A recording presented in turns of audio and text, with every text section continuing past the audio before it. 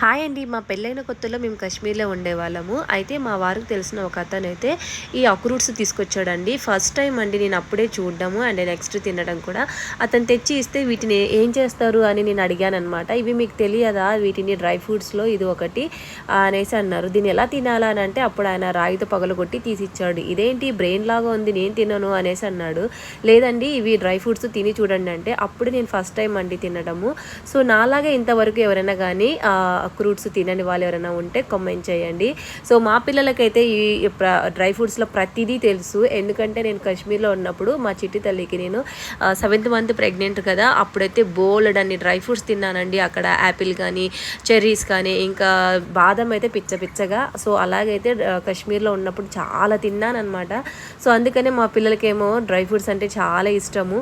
So మీలో ఎంతమందికి dry fruits అంటే ఇష్టమో అనేది కామెంట్ చేయండి. వీడియో నచ్చితే ఒక లైక్ ఇచ్చి మన ఛానల్ సబ్స్క్రైబ్ చేయండి.